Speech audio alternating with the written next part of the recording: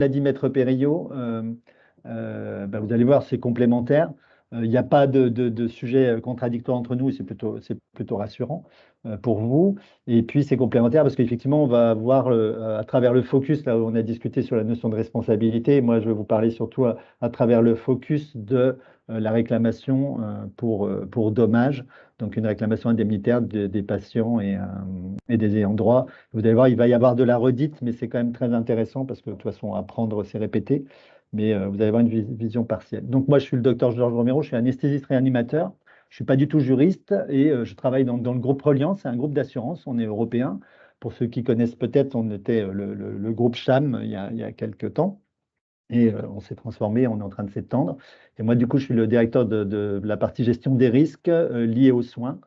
Et là, l'idée, c'était de vous parler de nous, quelle est notre vision autour de la problématique de matériaux-vigilance. Je vais aussi vous parler un peu de pharmacovigilance, parce que nous, on travaille sur les deux sujets en même temps. Et puis, je pense qu'un grand nombre d'entre vous est pharmacien également. Et dans tous les cas, la gestion des risques, je pense que ça vous intéresse. Et je vais vous parler, du coup, un peu de notion générale de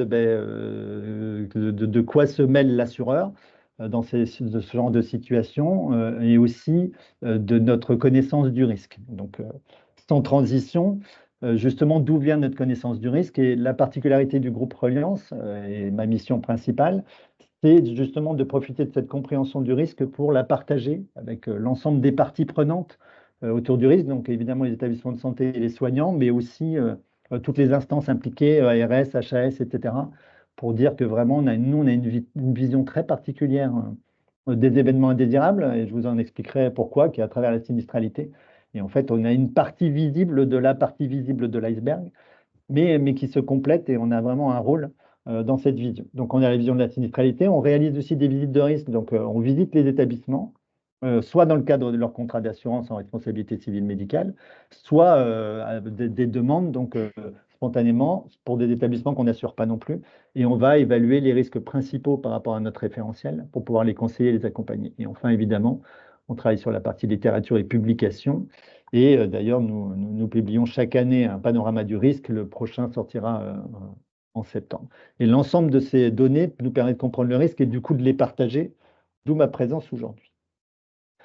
Autre point de généralité, c'est de comprendre que voit l'assureur. Et ça, c'est une notion donc, qui complète complètement, donc il va y avoir de la redite avec la présentation précédente avec Maître Périllot, mais c'est important vraiment de se le mettre en tête. En fait, nous, on est dans la notion il y a eu un événement indésirable, il y a eu un incident, donc dans la situation d'aujourd'hui qui implique du matériel médical, et il y a souvent trois façons de gérer ce problème-là, d'un point de vue patient ayant droit. La première chose, et qui est la plus fréquente, c'est que le patient veut comprendre et il exprime auprès de l'établissement un questionnement qui peut passer, c'est une gestion interne, par la CDU, par une lettre de réclamation ou tout simplement en discussion en interne. C'est heureusement le cas le plus fréquent. Vous avez le deuxième cas qui est la demande de sanction, donc qui a été très bien expliqué avant et que je ne saurais pas expliquer aussi bien. Et du coup, là, c'est vraiment, on veut une sanction par rapport aux personnes responsables, même si on veut aussi comprendre. Et il y a la partie qui concerne donc l'assureur et nous, notre vision. C'est là le patient, la victime ou les ayants droit demandent réparation par rapport aux dommages subis. Et là, dans ce cas-là, il y a trois grands axes de gestion, donc c'est là où l'assureur intervient. Le plus souvent, en tout cas, c'est notre leitmotiv, c'est de faire une transaction à l'amiable, parce que, elle est courte, elle est souvent plus juste pour tout le monde, et aussi bien la victime que les équipes soignantes et les établissements. Nous, c'est 70% des cas sont gérés à l'amiable. Ensuite, il y a la CCI, la commission de conciliation et d'indemnisation, qui est une forme aussi d'amiable, hein, sauf que c'est géré par une tierce personne et qui n'est pas, c'est pas une judiciarisation. Et puis enfin, il y a la judiciarisation, donc c'est passé par un tribunal. Il y a deux types de tribunaux dans cette situation-là. Donc il y a la partie administrative ou la partie civile quand on est dans le privé. Et là, on est dans le cadre de la responsabilité civile. Et nous, c'est ce que l'on voit, et c'est de ça que je vais vous parler aujourd'hui, c'est vraiment les incidents pour lesquels il y a eu une réclamation, qu'il y ait eu faute ou non, et qu'il y ait eu paiement d'une réparation d'un dommage ou non. Et ça, c'est vrai que c'est important de le comprendre, parce que du coup, voilà, nous, on voit à travers ce prisme-là, mais c'est assez intéressant, parce qu'on apporte pas mal de connaissances sur le risque. Du coup, je vais vous parler de l'analyse globale de la sinistralité pour vous rendre compte de ce que l'on voit. Donc, j'avais fait cette présentation il y a quelques mois à Lyon, on était sur la donnée 2022. Là, on a la donnée de 2023, donc donnée toute fraîche, quasiment en avant-première pour vous, parce que je l'ai présentée pour la première fois il y a 15 jours au Salon de Santexpo. Et du coup, c'est les premières données qui vont être la source de notre panorama du risque en septembre prochain, qui reprend l'ensemble de ces sinistres pour expliquer un petit peu, nous, quelle est notre vision des risques et quelles sont nos recommandations. Donc, vous voyez, en 2023, on a traité en tout et pour tout 5267 réclamations donc, pour dommages de patients ou d'ayants droit concernant l'ensemble de notre marché. Et nous, on couvre globalement 75% du marché français, que ce soit privé, public, et aussi les professionnels de santé qui, en activité libérale qui s'assurent dans le cadre de cette activité-là. Et vous voyez qu'on gère 5267 événements pour la partie MCO. Ce qui est important aussi, et notamment dans le thème d'aujourd'hui, c'est qu'il y a toujours un délai moyen entre il y a un événement et le temps de réclamation du patient. Ce qui est intéressant de voir, c'est de se dire, voilà, vous voyez, le délai moyen de ces 5267 événements, il est de 30 mois. C'est à peu près le délai moyen qu'on a depuis 5 ans. C'est qu'il y a un 30 mois entre l'événement et la réclamation. Ce qui pourrait paraître long pour comprendre le risque, mais en fait, cette moyenne est due surtout parce qu'on a des cas qui sont assez vieux, et notamment des cas qui ont plus de 40 ans, qui du coup faussent un petit peu cette moyenne. Par contre, ce qui est intéressant, c'est que quand on regarde justement les années de fait, donc là vous avez en diagramme tous les événements qui ont été réclamés en 2023 et l'année à laquelle l'événement est intervenu, et vous voyez qu'en fait, 3/4 des événements ont lieu dans les 2 dernières années, avant la déclaration, avec un délai moyen de 16 mois. Et en fait, quand on regarde année de fait et année de déclaration, c'est-à-dire que l'événement a eu lieu en 2023 et a été réclamé en 2023, c'est moins de 4 mois. Et ça, ces délais se réduisent de plus en plus pour 2 explications. L'information auprès du patient sur cette possibilité de mieux en mieux faite, et c'est très bien. L'autre chose aussi, c'est que les patients aussi, et là c'est l'effet un peu plus négatif, acceptent de moins en moins d'être menés en bateau et n'hésitent plus à réclamer assez vite pour pouvoir avoir, notamment encore une fois, des explications, c'est le sujet principal, quelle que soit la voie, qu'elle soit pénale, qu'elle soit civile ou juste en interne quand il y a un courrier, 9 fois sur 10, le patient, ce qu'il souhaite, c'est comprendre ce qui s'est passé. Et c'est vrai qu'aujourd'hui, ils acceptent de moins en moins et du coup, ils vont vers des réclamations et des courriers de plus en plus rapidement. Maintenant, qu'est-ce que l'on voit du coup à travers ces 5260 événements? En grande majorité, ça concerne les plateaux techniques lourds. Donc là, je ne vous ai pas mis le chiffre, mais c'est 70% des cas, c'est le plateau technique lourd, dont la chirurgie dans 56% des cas. Et en fait, dans les plateaux techniques lourds, il y a tout l'interventionnel. On l'intègre ensemble parce que les plateaux techniques souvent sont de plus en plus rassemblés et qu'il est important de pouvoir parler aux responsables des plateaux techniques pour voir quels sont les événements. Puis après, vous voyez, c'est réparti en médecine d'urgence, médecine obstétrique, etc. Alors nous, on a un biais aussi, comme je vous le disais, on a 75% du marché français et on a très très peu la médecine de ville, qui est un marché sur lequel on ne souhaite pas aller par rapport à la prise de risque. On préfère être sur les secteurs les plus à risque. C'est notre vocation d'assureur mutualiste. Donc, du coup, c'est pour ça qu'on a surtout une vision plateau technique, hôpitaux privés, hôpitaux publics. Et pour les spécialités médecine libérale, on est surtout sur ce même périmètre. Et vous voyez que ce qui est le plus source de réclamation patient, c'est la chirurgie et notamment l'orthopédie, dans près de la moitié des cas. Puis après, vous avez les autres thématiques, urgence, médecine obstétrique. Et qu'est-ce qui est mis le plus souvent en cause par les patients? Vous voyez que c'est surtout la technique opératoire. Ensuite, vous avez les infections. Et vous voyez que nous, la thématique matériaux-vigilance, on l'a mis dans produits de santé, donc les effets secondaires des médicaments et le matériel médical. Et vous voyez qu'il arrive en 6e position et c'est moins de 2% de notre sinistralité de ce que l'on voit, mais on en tire quand même des informations intéressantes. Donc ça, c'était en nombre, et ça, c'est une particularité aussi de notre vision. Moi, j'ai fait beaucoup de gestion des risques dans les établissements. On parle beaucoup de criticité, de notion de fréquence et de gravité. On en fait une criticité. Nous, on regarde d'une façon assez différente côté assurance, c'est qu'on regarde le volume, le nombre et on regarde le coût, parce que effectivement, c'est la particularité de l'assurance, c'est qu'il faut payer. Et il y a un lien direct entre évidemment le coût et la gravité. Et l'intérêt de regarder ces deux sujets séparément, c'est qu'en fait, on a des plans d'action et d'impact auprès des établissements et des professionnels de santé qui est un peu différente. Donc, vous voyez, par exemple, là, quand on regarde le coût et la gravité, vous voyez que l'obstétrique est en deuxième position, tout simplement qui est dû par l'impact sur les dommages sur un nouveau-né. Quand il y a un handicap lourd sur de nombreuses années, c'est ce qui explique pourquoi ça coûte très cher, c'est qu'il va y avoir besoin notamment d'une tierce personne pour aider pendant de nombreuses années. Et ça va être, le coût va être supporté par l'assurance.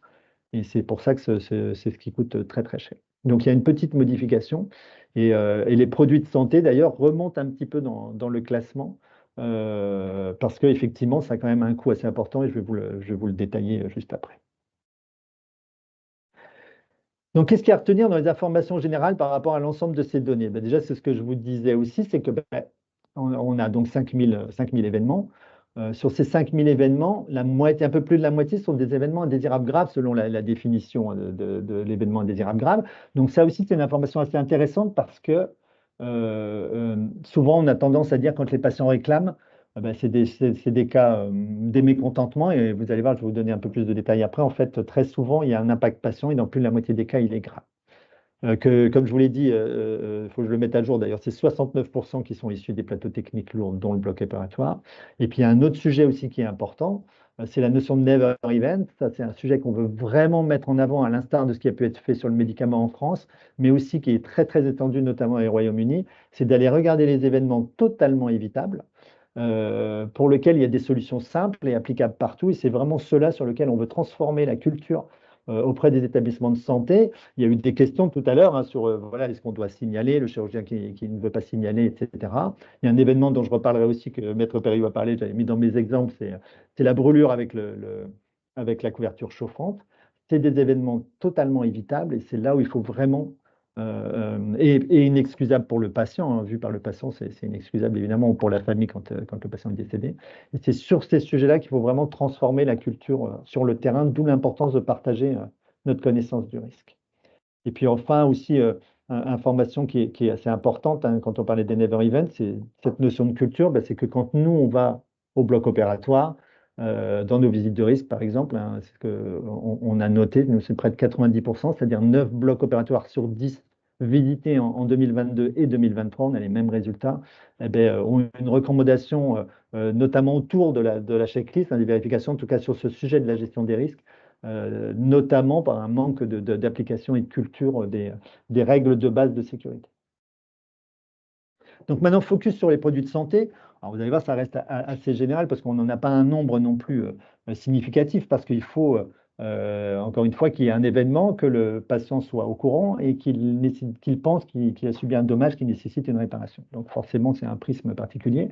Ce qui est intéressant par contre, et ça, je vous engage, si vous n'êtes pas au courant dans vos structures, s'il y a des réclamations ou non concernant du matériel, parce que dans un cas assez significatif, alors on est en train d'affiner un peu la donnée, je ne l'ai pas sur le côté matériaux-vigilance, mais globalement sur les never events, c'est 10 à 20% des cas, l'établissement n'est pas au courant.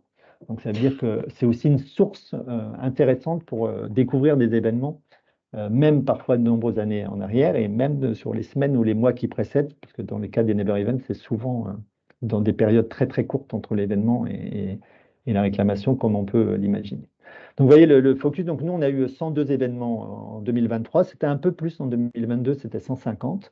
La répartition est un petit peu globalement la même chose d'année en année, mais on est à peu près à 25-75. Donc, cette année, 22% qui concernaient du matériel et 78% les effets secondaires médicamenteux. Comme je vous l'avais dit, on les code de la même façon. Et pour un coût total à l'ouverture du dossier, donc de 5 millions d'euros. Donc ça, c'est une particularité aussi assurantielle, c'est que on suppose le coût à l'ouverture et on dit, voilà, c'est ce qu'on appelle, enfin, on prévoit le coût. Quand on regarde à la fermeture de dossier, c'est légèrement, enfin, ça dépend, soit juste en dessous, soit juste au-dessus, mais on est très très proche du coût qui a été évalué dès l'ouverture de dossier. Donc c'est pour ça qu'on affiche souvent ça comme chiffre de coût. Si on regardait, comme je vous l'ai dit, moi, ce qui m'intéresse, donc, c'est de regarder un petit peu les secteurs. Donc, vous voyez, c'est surtout la chirurgie et la médecine qui sont, enfin, la médecine et la chirurgie concernant le matériel et médicaments, puis les autres spécialités. Et puis, quand on regarde sur l'année, c'est-à-dire parce que les années de fait et années de déclaration qui est en 2023, ça concerne que 22 cas. Et dans ces 22 cas, ça concerne même chose, médecine et chirurgie. Et puis après, vous avez les autres spécialités qui sont concernées. Et après, de façon très logique, vous allez voir dans les cas de pourquoi ça arrive, c'est logiquement la médecine et la chirurgie. Donc, Focus 2023, vous voyez que c'est plutôt le médicament. Et effectivement, les effets secondaires médicaments, généralement, entraînent plus rapidement une réclamation. Et que, en gros, c'est un dixième du coût, hein, dans l'année, alors que ça coûte plutôt moins cher quand on est dans des événements, donc plutôt moins graves, mais souvent inacceptables quand on est dans des événements avec des délais de réclamation courts. Quels sont les sujets? Alors, je vous ai laissé le focus médicaments parce que c'est quand même important que vous l'ayez en tête. Comme je le disais, je pense que c'est une grande partie d'entre vous y êtes intéressés. Donc, il y a pas mal de sujets autour. Donc, on est sur des événements, les effets secondaires de médicaments. On n'est pas dans les erreurs médicamenteuses, erreurs de voix, de dose, etc. Là, on est vraiment lié au médicament lui-même. Ça concerne principalement, en grande majorité des cas, les médicaments à tropisme neurologique, type lithium, Altoll, Tegretol et Laroxyl. Beaucoup de sujets sur les effets secondaires des anticoagulants, soit hémorragiques, soit des patients qui ont des thromboses sous dose efficace d'anticoagulation, avec des effets catastrophiques parfois. Concernant les curares aussi, sur des effets secondaires, alors on a quelques cas sur les curares, et c'est notamment des patients qui ont une prolongation anormale du délai de curarisation. Les morphiniques, sur les effets secondaires durs à la morphine. Et enfin, INS et corticoïdes. Et puis après, il y a d'autres médicaments. Mais voilà, vous avez ceux qui causent principalement. Et puis le sujet du jour. Donc, les problèmes matériels, je vous les ai mis un peu dans l'ordre de fréquence. Donc, on a surtout des sujets de rupture de matériel. Drain, voie veineuse centrale, PTH. Alors, il y a eu une question tout à l'heure sur la PTH. Alors, il faudrait que je revérifie les chiffres. Mais globalement, les expertises retiennent systématiquement que c'est un défaut de matériel quand le délai de rupture est court. Je ne me souviens plus du nombre d'années, je revérifie. Je crois que c'est 2-3 ans, moins de 3 ans, je crois que c'est systématiquement considéré comme un défaut de matériel, quelle que soit la cause de la rupture. Ça, c'est intéressant par rapport à la question qui a été posée tout à l'heure. On a un sujet sur les implants Essure, donc c'est le système de contraception définitif qui a posé beaucoup de problèmes en 2017 et 2018 notamment, et du coup qui n'est plus utilisé en France et dans le monde d'ailleurs, mais qui continue encore une fois à faire des réclamations parce que c'est les délais des effets secondaires, etc. Et c'est notamment l'effet entre la date de l'événement et la date de réclamation pour les patients. Mais on en a encore quelques-uns, ça baisse évidemment, mais on en a encore quelques cas. On a régulièrement, l'an dernier, on en a encore cette année, c'est des ruptures de matériel d'installation de blocs pour des postures décubitus ventral ou décubitus latéral avec des mobilisations de table et le patient qui chute. Ça, fait partie des never events, hein, notamment la chute du patient sous anesthésie générale. On en a quelques-unes. Ça crée, et ça je vous le redirai dans nos recommandations, quasi très très vite une réclamation de la part du patient, parce que soit il n'est pas opéré, ou soit il n'est pas bien opéré, et généralement il y a un mécontentement derrière. Et ça, c'est un point aussi important à avoir en tête, c'est que globalement, derrière, il va y avoir une réclamation de la part du patient, et ce qui est relativement normal. Fuite de valve aortique, hein, on a ce sujet sur les valves cardiaques, on a 2 cas cette année. Défibrillateur implantable chez un patient qui avait des chocs répétitifs alors qu'il n'en avait pas besoin, c'est apprécié moyennement. Et puis après, il y a le sujet brûlure, et vous voyez, le maître Perriot en a parlé sur la brûlure du matelas chauffant. Et effectivement, ça, c'est un sujet où il y a une vraie alerte. D'ailleurs, je partage aussi avec vous, on a un sujet là, on est en train de travailler dessus, qui n'est pas un sujet de matériel, mais j'en profite, c'est une notion de brûlure. On a de plus en plus de cas de brûlure avec les poches de glace ou autres systèmes, et qui c'est régulièrement que la poche est posée sur un patient qui ne sent pas très bien, qui a des problématiques de sensibilité et qui se réveille avec des brûlures parfois premier, deuxième, troisième degré. Et ça, c'est un vrai point de vigilance et on va alerter sur ce sujet-là parce qu'on a vraiment beaucoup de réclamations qui arrivent en ce moment dans l'ensemble des secteurs et notamment en chirurgie orthopédique, évidemment. Et puis voilà, on a d'autres cas, mais c'est principalement les cas que l'on voit. Et à chaque fois, c'est l'impact que l'on va avoir sur le patient qui est important. Ça, je vais vous parler un peu de notion de responsabilité qui est un complément dont je ne vais pas beaucoup insister. Et que vous voyez, il y a une particularité, Maître Payot en a parlé, hein, là on est dans la partie responsabilité civile. Et il y a une petite particularité, c'est que les établissements publics, dans le cadre du matériel, ben, il est systématiquement responsable qu'il y ait faute ou non, quand même assez particulier, ce qui n'est pas le cas des établissements privés. Là, il est responsable uniquement en cas de faute. Et ça, c'est assez particulier de la matériau-vigilance. Et du coup, voilà, je voulais juste vous rappeler une petite notion aussi, c'est des compléments. Très rapidement, hein, ce qui a été expliqué aussi par Mme Perriot entre la responsabilité civile et la responsabilité pénale. Sur la responsabilité civile, l'objectif poursuivi, c'est clairement indemnitaire sur le dommage, donc financier. Sur le pénal, c'est les poursuites judiciaires pour une sanction. Le focus, donc, qui est responsable? Donc, c'est l'activité publique. Dans le cadre de l'activité publique, il faut qu'il y ait une faute auprès de l'établissement public. C'est la personne, ça, Madame Perriot l'a bien expliqué, si c'est une faute personnelle détachable du service, qui n'arrive pas souvent, mais il y a quelques cas. Et c'est le pro de santé lui-même s'il est dans le cadre d'une activité libérale ou, encore une fois, détachable du service. Elle vous l'a expliqué, hein, de quoi il faut qu'il y ait une faute, qu'il y ait un dommage et qu'il y ait un lien de causalité, sauf dans le cas du public pour le matériel et en cas d'infection nosocomiale aussi, qui est aussi une prise en charge particulière. Voilà ce que je voulais vous dire déjà sur cette partie-là. Je ne reviens pas sur le pénal, bien expliqué. Et du coup, je vais en finir sur nos recommandations euh, assez générales. Donc, je vous partage, nous, les recommandations que l'on a. On a 10 enjeux. On a défini 10 enjeux à travers notre compréhension et notre connaissance du risque, spécifiques notamment à 5 thématiques qui sont pour nous les thématiques les plus à risque. Donc, les secteurs, le plateau technique, donc limiter les erreurs de procédure, limiter les retards de prise en charge en post-op. Sur les urgences, limiter les erreurs d'orientation des patients, limiter les erreurs diagnostiques. Je vous les partage, c'est toujours intéressant. L'obstétrique, c'est notamment la gestion du code rouge. Sur le médicament, nous, on a un focus sur les médicaments à risque parce que c'est les sujets que l'on voit et qui sont souvent assez catastrophiques. Et je vous le partage, parce qu'encore une fois, il y a de nombreux pharmaciens parmi vous, je pense.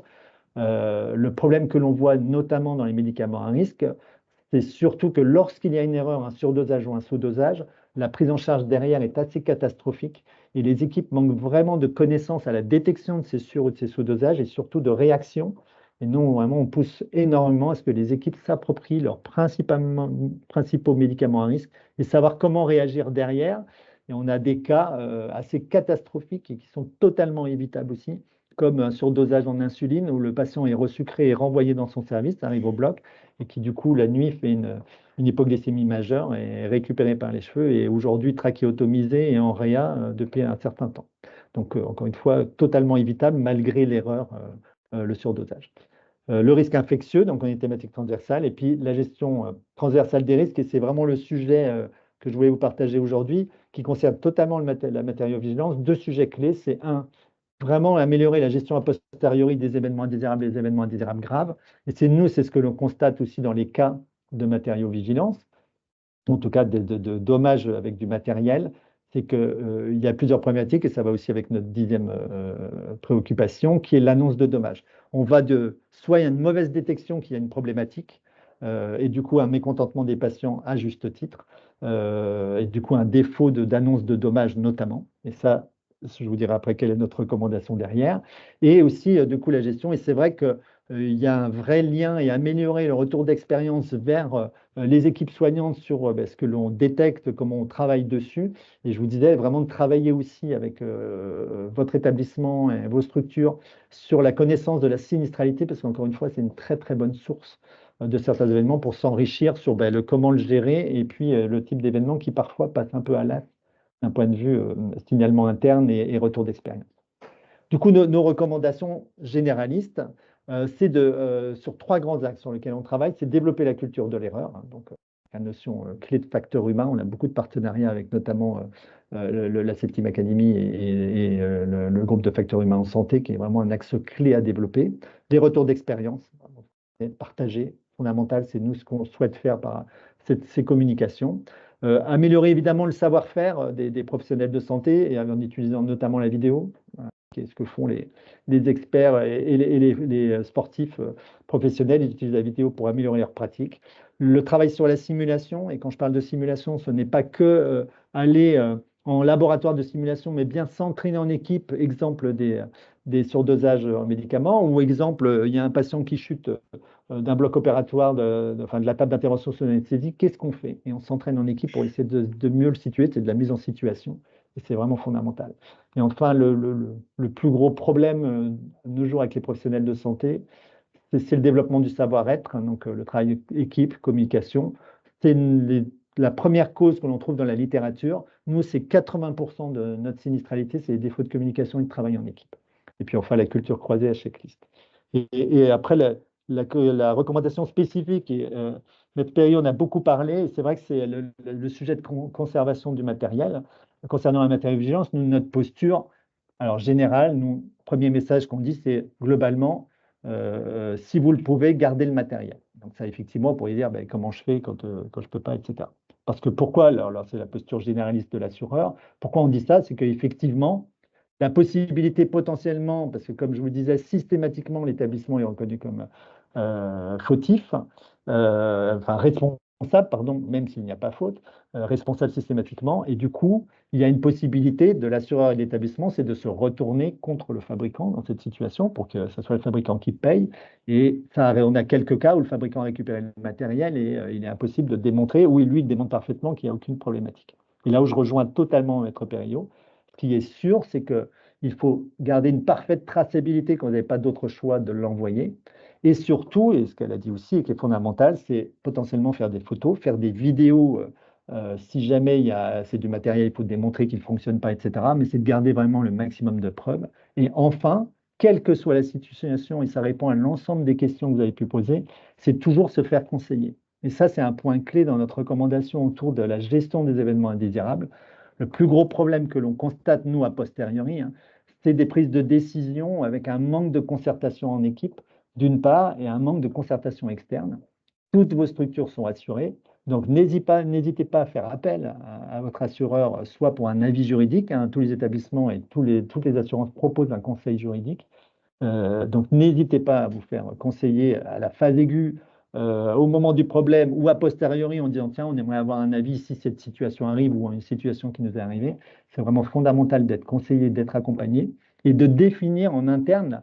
Je parlais tout à l'heure à la question de la prothèse de hanche et du chirurgien qui refuse. C'est un bon sujet d'analyse d'événement parce que c'est un événement indésirable quelque part. Vous avez un dysfonctionnement, vous n'êtes pas d'accord sur une situation, ça vaut le coup de l'analyser pour savoir comment potentiellement vous pourriez le gérer une autre fois pour pas que ça se reproduise et définir en interne voilà, quelles sont les personnes ressources pour ne pas vous retrouver seul. Parce que même si vous êtes matériaux vigilant, vous n'êtes pas responsable de toute la misère du monde.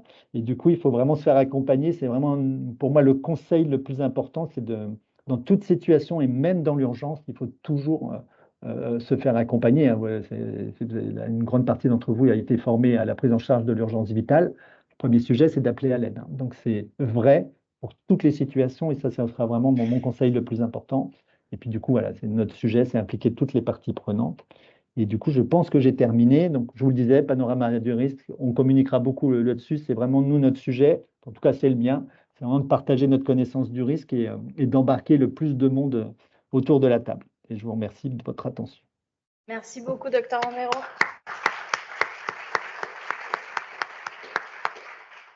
Alors, on a le temps pour une question. Est-ce que quelqu'un a une question, une demi-question? En tout cas, je peux vous proposer aussi, pareil, si vous avez des questions qui vous viennent, ou même par visio, de les écrire. J'échangerai avec le docteur Romero si vous avez des questions plus précises ou des cas particuliers. Je vais vous proposer une pause pour pas qu'on ait trop de retard. Est-ce qu'une pause de 20 minutes pourrait vous convenir? Le temps d'aller boire un grand verre de café. Dans les deux salles à côté, il y a deux buffets où il reste encore des viennoiseries et du café. Et puis, on se retrouve à 11h40. Je vous remercie encore beaucoup, Dr Romero. Merci à vous. Et je me permettrai de revenir vers vous avec les questions. Avec grand plaisir. N'hésitez surtout pas. Merci encore. Merci à vous. Oui. Comme monsieur, il est dispo, je peux poser une question? Ah, il y a une question par visio du coup. Non, mais bon, c'est pas grave, ils peuvent aller Ouais, faire la petite pause, mais c'est pas grave. En fait, nous, on a eu un risque juridique, c'est à dire petit, hein, je suis d'Amiens, et en fait, on a eu un risque juridique avec les bistouris électriques. Parce que vous avez parlé des matelas chauffants, tout ça, mais il ne faut pas oublier aussi les bistouris. Le problème aujourd'hui, que les bistouris, dans mon établissement, on les trace pas au numéro de lot. C'est-à-dire, ce sont des dispositifs hors implantables et on a un circuit particulier, on ne les trace pas forcément au numéro de lot. Et justement, ma question, c'est comment ça peut être géré, sachant que, comme l'a dit tout à l'heure la juriste, c'était un incident qui s'est produit en salle. Moi, le correspondant local, j'étais pas du tout au courant. Donc, il y a pas eu de déclaration forcément. Il n'y a pas eu de déclaration auprès de, comment dire, du correspondant local de matériel-vigilance. Et d'autant plus qu'il fallait chercher les numéros de lot, les références. Enfin, j'arrivais pas. Et franchement, dans ce cas-là, comment ça peut se gérer enfin, dans ce cas-là, comment on doit présenter les choses. Voilà. Sachant que ce sont des dispositifs qui sont arrivés, qui sont en stock, qui ne sont pas forcément tracés au lot, on n'a pas la date de péremption, on ne sait pas si ça a été posé, quelle marque, etc. Et on n'a pas forcément une traçabilité patient. Comment on doit gérer ce genre de situation, hein? Plusieurs réponses, évidemment, hein, parce qu'après, il faudrait avoir un peu plus d'informations. Mais globalement, du coup, là, on est sur des cas de brûlure, hein, et ça a été attaché, etc. Ça, c'est un vrai sujet. Ouais. Là, comme ça, par rapport à ce que vous me dites, disons que j'aurais cet événement à gérer aujourd'hui. Moi, je me dirais déjà, il faut le gérer à travers la gestion de l'événement indésirable, c'est-à-dire la brûlure du patient. Et puis à aller remonter, peut-être que vous l'avez déjà fait, mais en tout cas, spontanément, c'est comme ça que je ferais.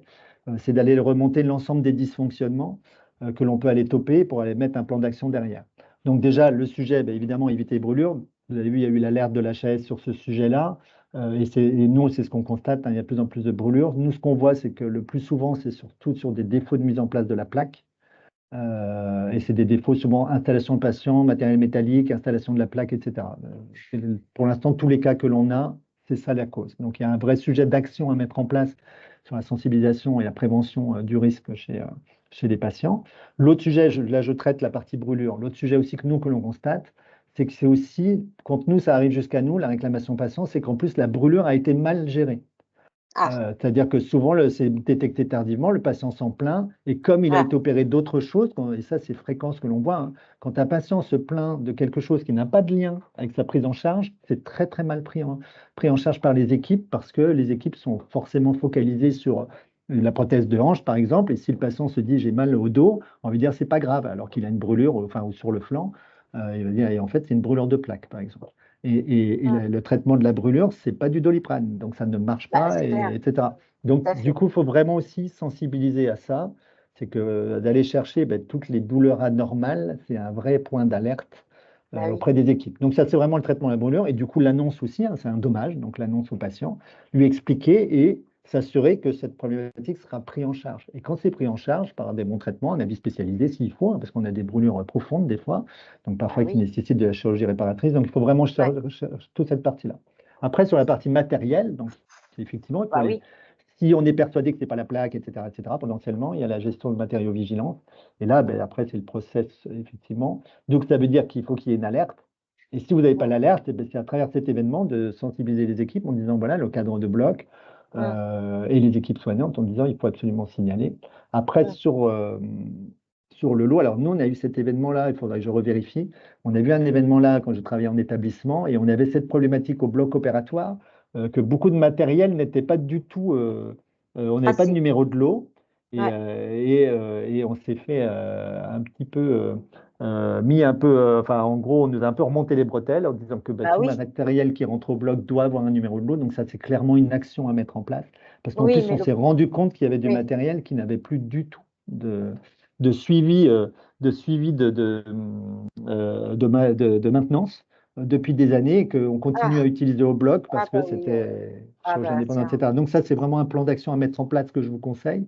C'est vraiment de faire un état des lieux avec les équipes du bloc en disant, ben, ce serait bien qu'on se pose un peu avec, je sais pas, je pense que au CHU, vous avez un ingénieur sur la qualité. partie matériaux.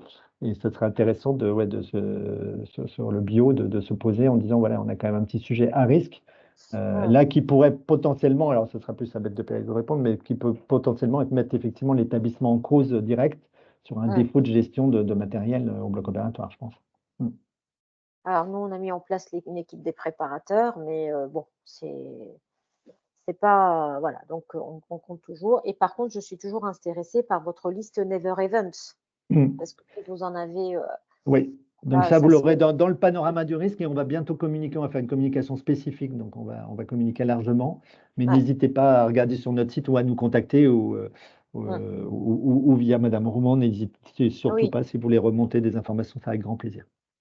Eh ben, merci beaucoup, Je, merci pour la qualité de la présentation. je vous en Merci prie, beaucoup. je vous en prie, Au revoir. merci à vous. Au revoir.